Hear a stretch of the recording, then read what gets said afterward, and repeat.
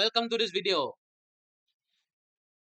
आज करने जा रहे हैं chapter 6 system of particles and rotational motion.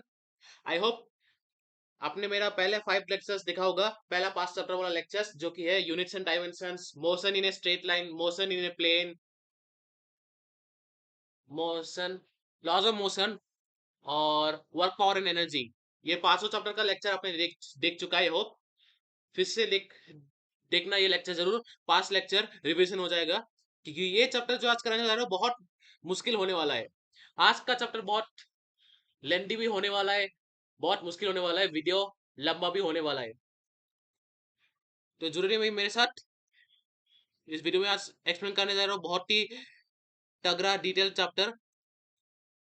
ये सबसे मुश्किल चैप्टर है। पहला 5 चैप्टर जो है वो बहुत इजी है। अगर वीडियोस लंबा भी ना हो इस फिर भी समझ जाओगे आप। अगर वीडियो शॉर्ट भी है फिर भी आप इससे समझ पाओगे।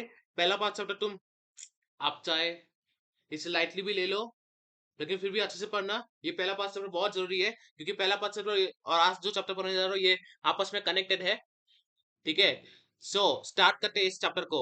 Centre of mass. Centre of मास क्या होता है? सेंटर ऑफ मास एक ऐसा पॉइंट होता है जिसमें क्या होता है ना, देखो मानो कोई भी एक ऑब्जेक्ट लिया आपने। आपने कोई भी एक ऑब्जेक्ट लिया, आपने जो एक ऑब्जेक्ट लिया था उस ऑब्जेक्ट के एकदम सेंटर सरफेस में अगर आपने धक्का लगाया, फोर्स लगाया तो क्या करता है, वो मूव करता है। तो इसे क्या बोलते हैं कि the centre of mass of A system is the point in which the all the masses are concentrated its center. So the center of mass of a system is the point in which all the masses are concentrated at the center. Example क्या है? Football player often kick the football by applying force at the center. Football player often kick the football by kicking at the center surface of the football. Since football will be more movement sensitive and speed sensitive, as on kicking at the center, the football will be more better and fast.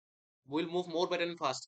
देखो क्या होता है, football player क्या करता है, एकदम तगड़ा shot मारने के लिए सबसे बेस्ट तरीका क्या होता है, वो फुटबॉल के एकदम सेंटर में मारता है ताकि फुटबॉल एकदम क्रिकेट के सिक्स की तरह पूरा आसमान तक पहुंचे, मतलब स्काई तक। मतलब स्काई वाला है, कुछ बात नहीं कर रहा हूं मैं। ऐसा ऐसा नहीं है कि फुटबॉल फ्लाई करेगा स्काई में। इतना इतना तगड़ा शॉट मारा जोर से कि फुटबॉल एकदम सिक्स, क्रिकेट के सिक्स की तरह उड़ेगा। और बहुत चांस बहुत चांस कभी कभी ऐसा होता है कि अगर ऐसा शॉट मारता है तो गोल भी हो जाता है, इतना आसानी से भी हो जाता है गोल। लेकिन छोड़ो, इतना ही समझो कि देखो फुटबॉल अगर सेंटर सर्विस में किक मारा, फुटबॉल को अगर सेंटर सर्विस में अगर किक मारा तो बहुत ही, तो सबसे बेटर होता है। देखो centre of mass of system का फॉर्मूला क्या है? ये है summation M I R I by summation M I. Summation M I R I, I क्या होता है? 1 2 3 4 होता है। R C M for system of particles with masses m1 mi and at position ri। देखो एम आई क्या है मास, are आई क्या है पोजीशन, एम क्या है मास, आर क्या है पोजीशन। देखो 1/m यहाँ पे क्यों, देखो एम क्या है, समेशन एम आई को 1/m लिखता है। देखो समेशन एम आई को क्या लिख सकते, देखो क्योंकि ये डिनोमिनेटर में इसको 1/समेशन एम आई लिख सकते हैं। देखो और यहाँ पे जो कैपिटल में कैपिटल एम होता है equal to summation M I for system of two particles on the axis. देखो ये x equal to m1 x1 plus m2 x2 by m1 plus m2 जहाँ i है 1 एंड 2। देखो सो अभी motion of centre of mass है। अभी motion of centre of mass करने जा रहा हूँ। The velocity of the centre of mass is given by vcm equal to mi vi by m equal to total. देखो ये क्या है, मोमेंटम mv। तो इसलिए बोला था मैं अपने चैप्टर 2 पढ़ो अच्छे से क्योंकि यहाँ पे भी सेम फॉर्मूला दिख रहा है, इसलिए मैंने बोला था अच्छे से पढ़ो। ये जो फॉर्मूला ये चैप्टर 2 में आपने पढ़ा था। Differentiating again we get Newton's second law for a system. MACM equal to FEXT external. This means that CM moves as if all the masses were concentrated at that point and all external forces acted there. वही मैंने बताया आपको, जो centre of मास वाला definition में starting से बताया था मैंने, वही है। की example, in exploding projectile inter forces caught fragment to fly upward what CM convention original parallel body. जैसे एक बॉम्ब आपको पता है, अगर वो मोशन रेस्ट, कोई भी ऑब्जेक्ट अगर रेस्ट में होता है और एक्सप्लोड करता है, क्या होता है ना, तो क्या होता है, तो ऑब्जेक्ट एक्सप्लोड होके फ्रेगमेंट में बन जाता है, और वो सभी पीस पीस होके वो उड़ जाता है। फिर सेंटर ऑफ मास भी चेंज होता है, लेकिन मोशन में क्या होता है, कोई ऑब्जेक्ट अगर एक्सप्लोड करता है तो ऑब्जेक्ट फ्रेगमेंट में हो जाता है, एक्सप्लोड होके पीस पीस हो जाता है, वो उड़ता है, लेकिन सेंटर ऑफ मास सेम रहता है, चेंज नहीं होता है उसमें, trajectory because F external equal to MG remains unchanged. Conservation of linear momentum,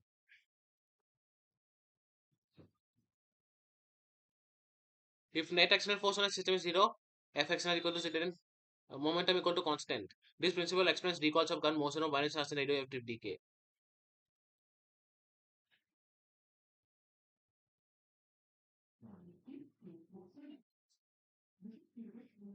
Center of gravity versus center of mass. The center of gravity is one where the total gravitational torque is zero for small bodies in uniform gravitational field.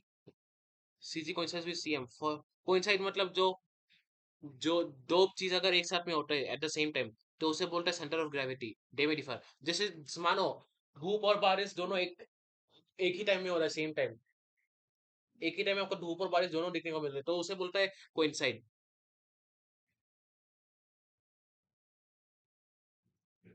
सो ये था difference between centre of mass and centre of gravity.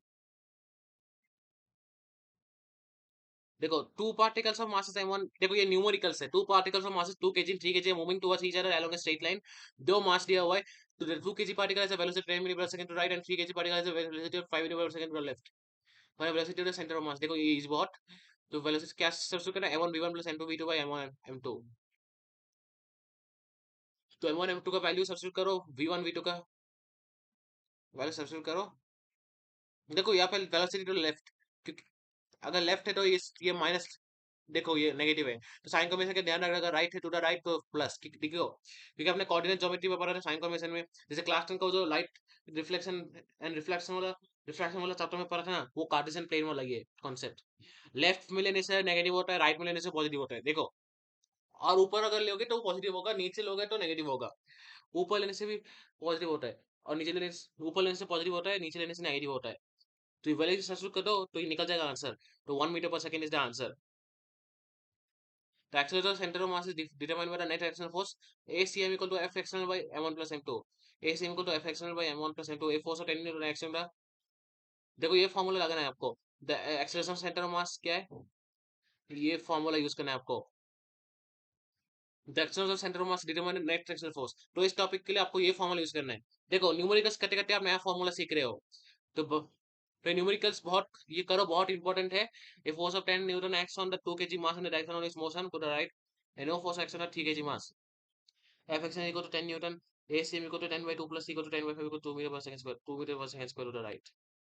A projectile must 3 kg fire with a velocity of 40 meter per second at an angle of 60 degree with a horizontal at the highest point of its trajectory to actually two fragments of masses m1 1 kg and 2 kg. The 1 kg fragment falls vertically downward with zero initial horizontal velocity immediately after the explosion. Fire a velocity of 2 kg fragment up to the vertical explosion.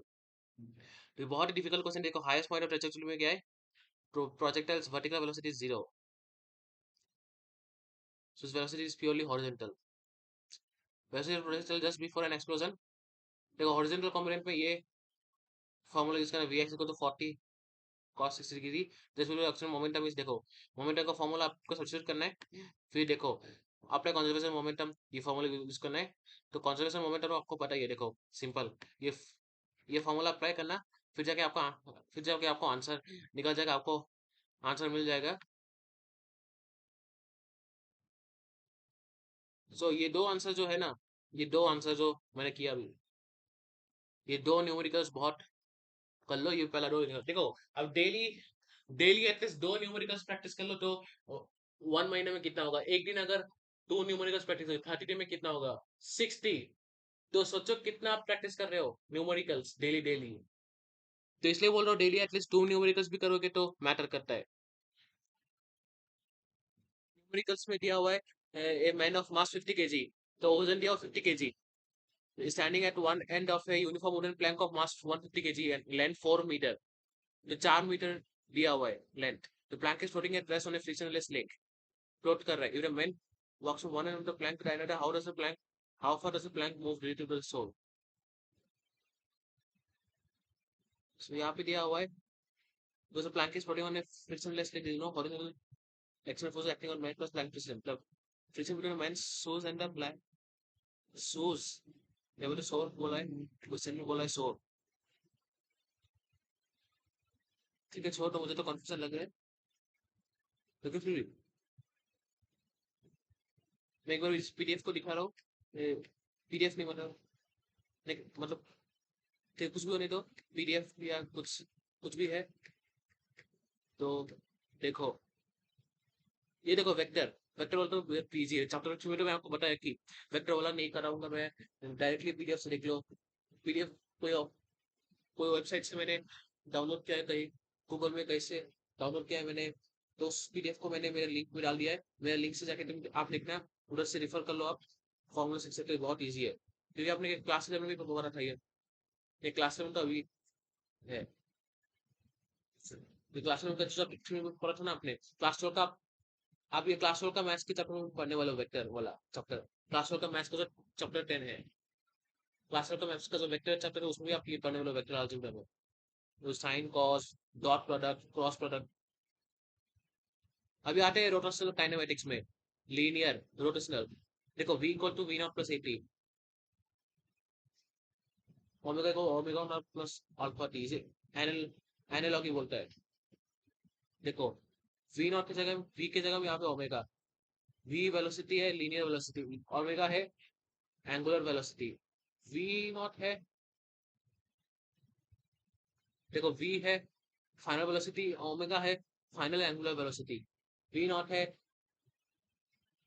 Initial velocity, ये omega naught है final angular velocity, ये ए है acceleration, alpha angular acceleration, x है distance, theta है angular distance, वैसे ऐसे बोल सकते कि एक्स है डिस्प्लेसमेंट, थीटा है एंगुलर डिस्प्लेसमेंट, वी नॉट है, वी नॉट तो बता दिया आपको क्या है, टाइम तो सेम ही रहेगा, time angular time linear time ऐसा कुछ नहीं रहता, टाइम तो हर जगह दोनों में कॉमन है, सेम ही है, टी टी कोई चेंज नहीं है, लेकिन हाँ जो क्लास का चैप्टर 3 पढ़ोगे ना आप, वो रिलैक्सेशन टाइम जब पढ़ोगे, करंट इलेक्ट्रिसिटी वाला चैप्टर जब पढ़ेंगे क्लास में, तब टी डिफरेंट रहेगा, आपको देखने को मिलेगा, टाओ टाओ से जो जनरेट होता है वो रिलैक्सेशन टाइम है, लेकिन क्लास में भी पढ़ने वाला टाओ, क्लास में जो पढ़ने वाला टाओ वो रिलैक्सेशन टाइम वाला नहीं, क्योंकि वो क्लास 12 में रिलैक्सेशन टाइम वाला टाओ पढ़ोगे, क्लास में जो वो टाओ पढ़ने वाला वो टॉर्क है, टॉर्क या कुछ भी हो सकता है, अगर वो रिलैक्सेशन टाइम भी है तो ठीक है, देखते हैं जब आगे बढ़ेंगे चैप्टर में, तब v square equal to we not square plus two a x, omega equal to, देखो ये same formula, v square equal to u square plus two a square बराबर है, ये भी v square equal to u square plus two s के जैसा ही है, s equal to u two over two a square, ये भी इसके बराबर है, ये भी इसके बराबर है, v equal to u plus a t, ये भी इसके बराबर है, ये भी इसके बराबर है, relation between linear and angular variables, v equal to r omega, यहाँ पे क्या है, v equal to linear velocity, v equal to r omega, ये एंगुलर वेलोसिटी है, वो वाला व्यू जो है वो लीनियर वेलोसिटी, यहाँ पे कुछ एंगुलर वेलोसिटी का न्यूमेरिकल टर्म, यहाँ पे at equal to r alpha, a t है टैंजेंशियल एक्सेलरेशन, अल्फा है एंगुलर एक्सेलरेशन, ओमेगा है linear velocity, v is linear velocity, omega angular velocity, v is linear, हाँ v मैं गलत बोला था, एंगुलर वेलोसिटी बोल के होगी, तो v है linear velocity, while r represents the radius,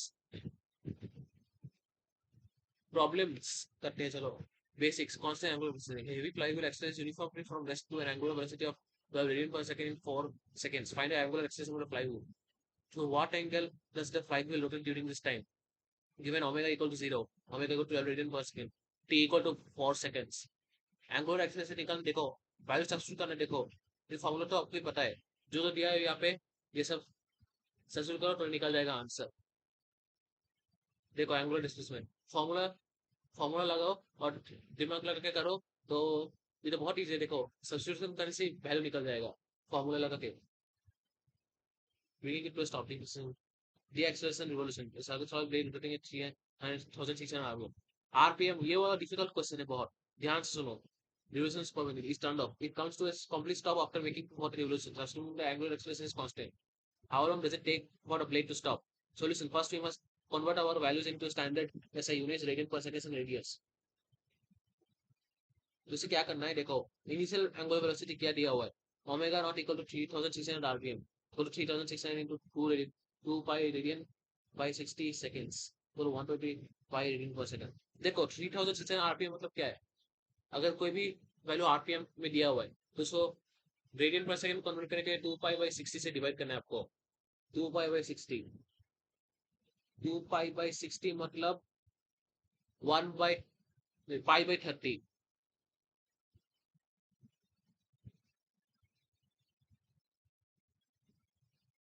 तो 2 पाई बाई 6 से डिवाइड नहीं मल्टीप्लाई करना है आपको.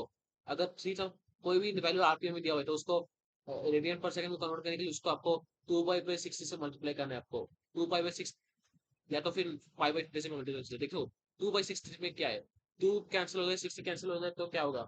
2 2 कैंसिल होके नीचे जब 60 कैंसिल होगा तो नीचे 30 रहेगा तो 5 बाई 30 हो जाएगा. 2 by 60 equal to 5 by 30. Find angular velocity. Zero क्यों दिया हुआ. फाइंड करने के लिए. हाँ. अच्छा ठीक है. Final angular velocity. मैं गलत बोला. स्पेलिंग में कौन पूछोगे. तो मैं बोलता आपको आप न्यूमेरिकल्स में क्वेश्चन अच्छे से पढ़ो तो ध्यान ध्यान देना न्यूमेरिकल्स में अच्छे से. करते करते हैबिट हो जाएगा. हैबिट रहना पड़ेगा आपको न्यूमेरिकल्स करने. तो आपको कॉन्फिडेंट आएगा न्यूमेरिकल करने में. देखो theta equal to 40 revolutions 240 into 2 पाई. देखो अगर कोई भी वैल्यू रिवोल्यूशंस में दिया हुआ है तो उसको रेडियन रेडियन में कन्वर्ट करने के लिए उसको 2 पाई से मल्टीप्लाई करना है. अगर आरपीएम में दिया हुआ है तो उससे रेडियन पर सेकंड में करने कन्वर्ट करने के लिए 2 पाई बाई 60 में 60 से मल्टीप्लाई करना है. ठीक है. So kinematic formula that links velocity to time directly. तो इसके लिए ये फॉर्मूला लगेगा. ठीक है. तो omega naught plus omega E by 2 T. तो इसके लिए ये फॉर्मूला सब्स्टिट्यूट कर लो तो आंसर निकल जाएगा. देखो सिंपल फॉर्मूला है. देखो यहाँ पे फॉर्मूला सब्स्टिट्यूट करना है. जो जो बोला वही वही है. Connecting linear and rotational motion. हाँ. देखो एक car accelerates uniformly from rest to a linear speed of 22 meter per second in 9 seconds. The tires of the car have a radius of 0.33 meter and roll without slipping. What is the angular acceleration of the tires? तो angular acceleration निकलना है. Radius दिया हुआ है. Linear speed दिया हुआ है मतलब लीनियर वेलोसिटी. टाइम दिया हुआ है. तो देखो क्या क्या दिया हुआ है उसको वैल्यू सब्स्टिट्यूट करना है आपको.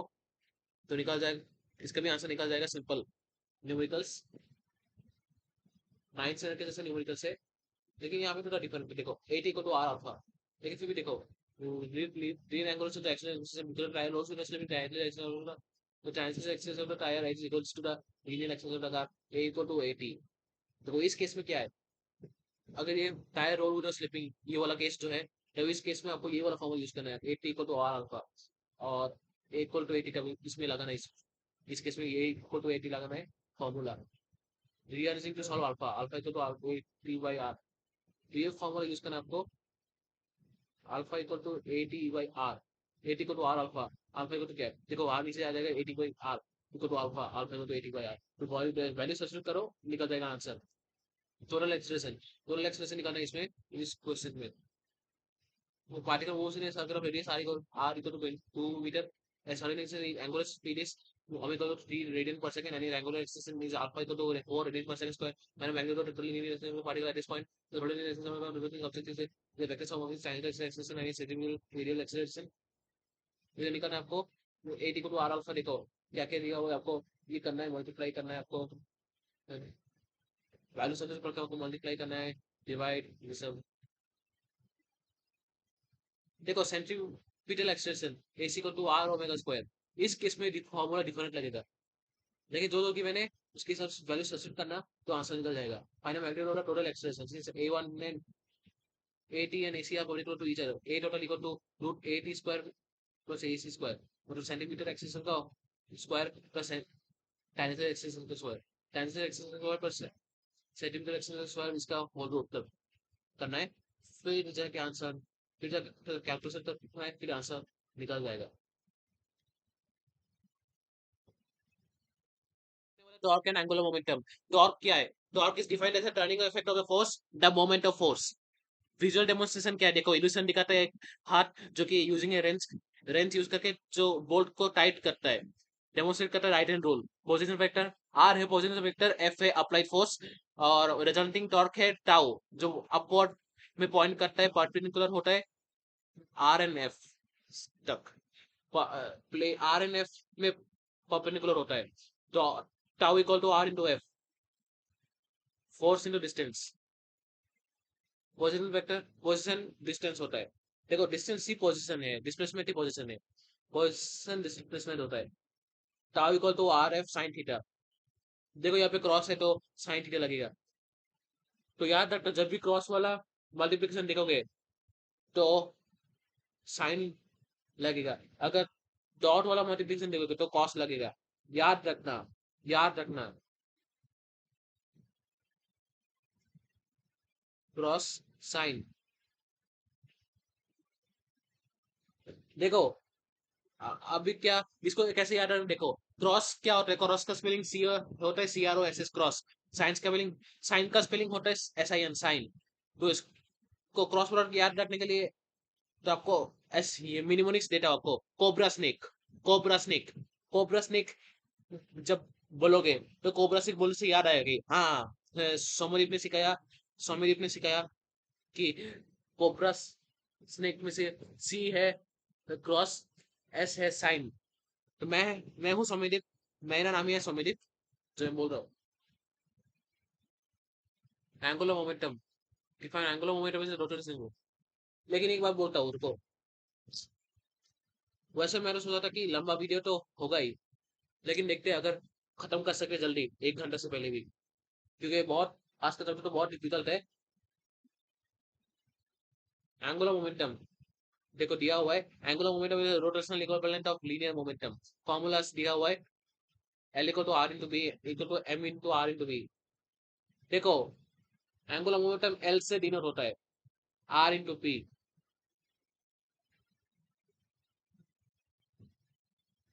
पी क्या होता है? M into we.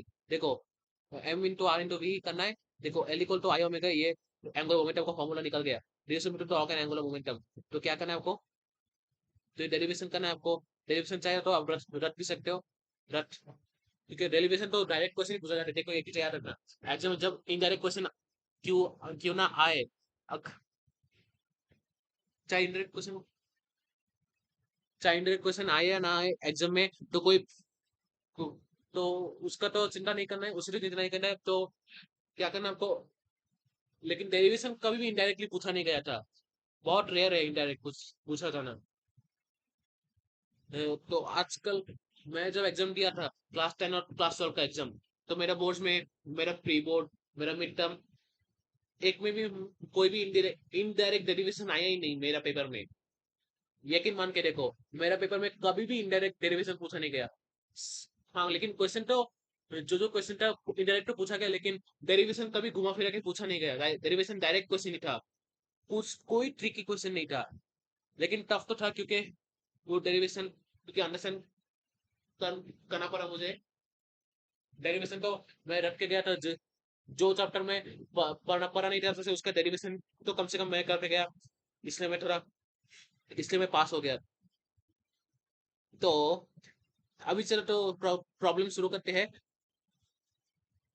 The stubborn bolt, mechanic uses 0.4 metre long wrench length दिया हुआ है, loosen in earth, they apply a force of 1 newton at very end of the range at an angle of theta, और force दिया हुआ है to lens handle, what is the magnitude of the torque applied on a nut, and values identify the variables। the variable देखो दिया हुआ है, r theta F, ये सब दिया हुआ है। तो फॉर्मूला लगा के ये निकालना है, टॉर्क निकालने के लिए तो टॉर्क का फॉर्मूला निकल जाएगा।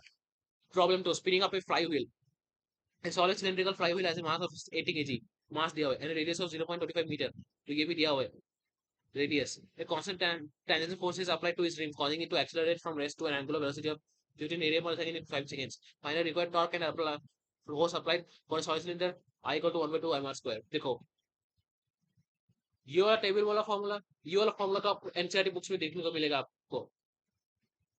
देखो, देखो तो ओमेगा एम स्क्वायर, ये देखो फाइंड एंगुलर एक्सेशन। तो इस चीज के लिए मैं आपको एंगुलर एक्सेशन आपको ये है, देखो alpha equal to delta omega by T. Delta omega मतलब omega F minus omega I. तो देखो वैल्यू सब्स्टिट्यूट करना है आपको सिंपल। देखो यहाँ पे टॉर्क है आई अल्फा, यहाँ पे टॉर्क कुछ थोड़ा डिफरेंट है। देखो न्यूमेरिकल जैसे करते हैं ना, न्यूमेरिकल करते करते आप नया फॉर्मूला सीख रहे हो मेरे वीडियो में, इस वीडियो में कैलकुलेट फोर्स। सो देखो क्या क्या फोर्स भी सिंपल है, निकलना है आपको वैल्यू। देखो आर पोजिशन दिया हुआ है, a satellite of mass 500 kg is elevated orbit around the Earth as closest point perigee is 6800 km from the Earth's center and traveling at 8.2 km per second. When it reaches farthest point apogee is 42,000 km from the Earth's center. What is its speed at apogee? Because gravity pulls directly towards the center of the Earth, it exerts zero torque on the satellite. Therefore, angular momentum is conserved for a point mass L equal to mv since velocity is perpendicular to radius vector at apogee and perigee.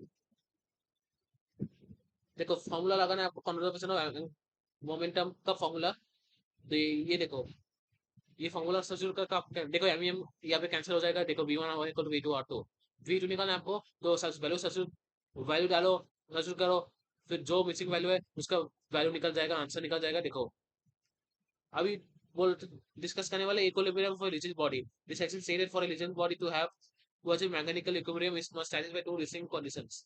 The answer is the net force acting on the body must be zero. The net torque acting on the body must be zero. देखो force भी zero होना चाहिए, torque भी zero होना चाहिए, principle of moments. This substantial force on how equilibrium applies to a lever rotating at the sum of clockwise movements must be equal to the sum of anti-clockwise movements. Formula क्या है? Use F1 dy equal to F2 d2। देखो mechanical ability का formula दिया हुआ है m equal to d2 by d1। Problem देखो, two students sitting on a uniform seesaw pivoted exactly as a child has a mass of 40 kg sits and sits 1.5 meter to left. The pivot style B has a mass of 30 kg. However, right of pivot must style B to sit to keep the seesaw completely horizontal. देखो G लेना 10, देखो G लेना 10 clockwise movements equal to anti clockwise movements। देखो क्या क्या दिया हुआ है, देखो आपको निकालना है F1 D1 equal to F2 D2, ये फॉर्मूला अप्लाई करना है आपको। देखो जो दिया हुआ है आपको ये फॉर्मूला अप्लाई करना है, तो निकल जाएगा answer. The non-uniform plank, finding the center of gravity. Scenario: a horizontal non-uniform plank of length 4 meters is supported at its two hands by two vertical ropes. When a heavy block is placed on it, the tension in the left rope is found to be 10 Newton and the tension in the right rope is 4 R Newton. देखो दो दो force दिया हुआ है आपको, T1 plus C2 equal to W। तो आपको ये फॉर्मूला यूज करना है इस क्वेश्चन के लिए। तो इस न्यूमेरिकल से आपको समझ में आएगा कि कौन सा सिचुएशन में क्या क्या फॉर्मूला यूज सब्स्टिट्यूट करना है, क्या क्या फॉर्मूला डालना है। देखो तो जो जो भी दिया हुआ है आपको देखना को 3 वीडियो देख रहे हो आप, और जो जो दे रहा है वो नोट करके रखना। मैं और भी ऐसे वीडियोस लेके आऊंगा, आपको डिवीजन हो जाएगा, वर्कशीट लेके आऊंगा नेक्स्ट नेक्स्ट वीडियो में मैं, ठीक है। Mechanical element is a crowbar. The worker uses a crowbar of total length 1.2 meter as a lever to lift a heavy rock. The fulcrum plate pivot is placed 0.2 meter away from the rock end. What is the mechanical element of the setup? देखो mechanical element का formula लगाना है आपको, force दिया हुआ है यहाँ पे आपको। देखो load distance, support distance, mechanical elements के लिए आपको देखो फॉर्मूला तो पता आपको, पहले आप उस अभी मैंने बताया आपको m equal to d2 by d1। तो d2 और d1 तो दिया हुआ है, तो फॉर्मूला सब्स्टिट्यूट करने से निकल जाएगा। अब बात करते हैं moment of inertia. The rotational lamp of mass measuring body's resistance to changes in its rotational motion formulas देखो दे हुए mi r I square r square d integrates I equal to integration r square dm। Theorems of moment of inertia देखो, race of gyration ये दिया हुआ है formula, जो ये text book में आपको देखने को मिलेगा, एनसीईआरटी टेक्स्ट बुक में भी। और ये देखो ये टेबल है, ये टेबल के फॉर्म में दिया है एनसीईआरटी टेक्स्ट बुक में। ये देखो m r square by two, ये सब थिन रिंग डिस्क किस के लिए क्या होता है, साइज के जैसे centre perpendicular, centre perpendicular, diameter diameter, centre perpendicular, ये सब। तो एनसीईआरटी बुक रिफर करना जरूर, क्योंकि बहुत काम आने वाला है। डायनेमिक्स ऑफ रोटेशनल वर्क देखो F equal to M A tau equal to I alpha, discuss किया मैंने। डी टाउ डी ओम D W equal to tau D theta equal W equal to decreasing theta 1 theta 2 tau d theta p equal to tau omega. Rotational work energy theorem W equal to 1 by 2 I omega square minus omega f square minus 1 by 2 I omega I square. Rolling motion, rolling क्या होता है? Rolling with slipping is a combination of translation and rotation. V c m को तो are omega, ये diagram देख सकते हो, चाहे डायग्राम भी नोट करके रखो। Kinetic energy of rolling 1 by 2 mv square cm, 1 by 2 mv cm square plus 1 by 2 I omega square. दो तरह का एनर्जी होता है, एक है mv स्क्वायर और दूसरा है I ओमेगा स्क्वायर। तो ये इसे याद रखना।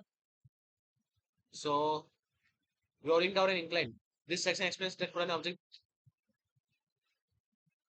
ये देखो a equal to G sin theta by 1 plus I by m r square, जहाँ पे मास क्या है m, m क्या है मास, r है radius, moment of inertia I है moment of inertia, role of friction in rolling. देखो friction on the driving wheels acts forward, जो कि एक्सेलरेटिंग कार में होता है, ब्रेकिंग कार में होता है फ्रिक्शन एक्ट्स बैकवर्ड, दोनों ऑपोजिट होता है। और प्योर रोलिंग है कांस्टेंट स्पीड और फ्रिक्शन जीरो होता है। देखो ये फॉर्मूला दिया हुआ है, तो ये क्वेश्चन पूछा है solid sphere of mass m equal to 2 kg and r equal to 0.1 metre, जो न्यूमेरिकल्स अभी है, जो a solid sphere of mass m equal to 2 kg and radius r equal to 0.1 meter is rolling without slipping on a horizontal surface with a center of mass of velocity of v equal to 4 meter per second. Calculate total kinetic energy. Take the moment of inertia of a solid sphere as I equal to 3 by 2 by 5 m r square.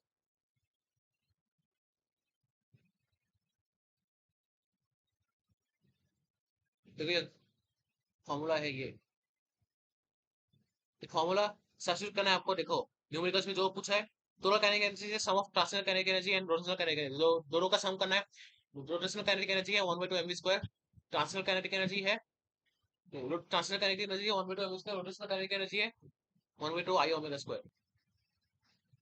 Translational kinetic energy है 1 by 2 mv square, rotational kinetic energy है 1 by 2 I omega square.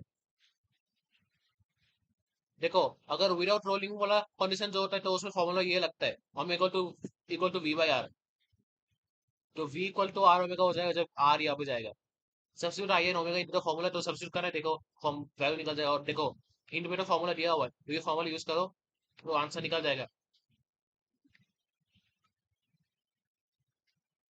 Acceleration down and incline, uniform solid cylinder roll down and incline title at an angle theta equal to 30 degree without slipping, find the initial acceleration of the cylinder. देखो यहाँ पे फिर से ये जी और ये hint में ये दिया हुआ है फॉर्मूला, ये फॉर्मूला यूज करना है, वैल्यू सब्स्टिट्यूट करना है। देखो जो वैल्यू दिया हुआ है वो सब्स्टिट्यूट करना है, तो और थीटा का वैल्यू भी दिया हुआ है, सब वैल्यू दिया हुआ है, तो वैल्यू पुट करो तो वैल्यू मिल जाएगा, तो आंसर मिल जाएगा। तो minimum coefficient of friction, a thin spherical cell is placed on a inclined plane of angle theta. What is the minimum coefficient of static friction equal to prevent the cell from slipping as it rolls down? देखो ये फिर से hint में formula दिया हुआ है, तो ये फॉर्मूला सब्स्टिट्यूट करना है आपको।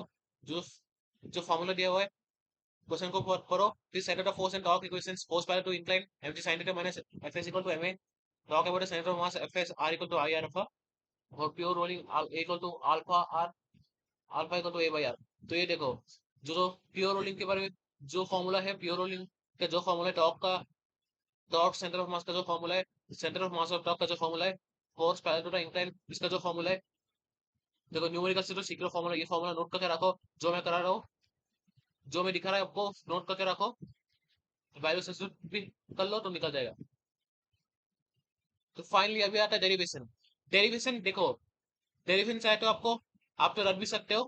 अ, देखो डेरिवेशन तो मैं तो आपको बोला था ना कि एग्जाम में एक बार भी मेरा इनडायरेक्ट डेरिवेशन नहीं आया एक भी पेपर में, लेकिन इनडायरेक्ट डेरिवेशन तो बहुत रेयर है आना। आया तो था, मैं तो, लेकिन तो हाँ मैंने तो सुना था कि डेरिवेशन तो कुछ डेरिवेशन, थोड़ा थोड़ा डेरिवेशन तो इनडायरेक्ट आया था कुछ पेपर में, लेकिन बहुत रेयर है ये आना डेरिवेशन। और अगर आ भी जाता है, लेकिन फिर भी रेडी रहना, इस साल अगर आ भी जाता है इनडायरेक्ट डेरिवेशन, तो मैं बहुत सारा हुआ। तो ये चैप्टर खत्म हो जाता है यहाँ पे, ये चैप्टर खत्म हो गया यहाँ पे। सो मैं बीच में इसमें वर्कशीट भी यूट्यूब पे अपलोड करूंगा, यूट्यूब में लेके आऊंगा, तो वर्कशीट से भी प्रैक्टिस हो जाएगा आपको क्वेश्चन करना। ठीक है, तो ये वीडियो खत्म होता है, नेक्स्ट वीडियो मिलेंगे, लाइक शेयर सब्सक्राइब कमेंट जरूर करना। तो ऐसे और भी नेक्स्ट वीडियो और भी बहुत सारा वीडियोस लेके आने वाला हूँ, ठीक है? बाय।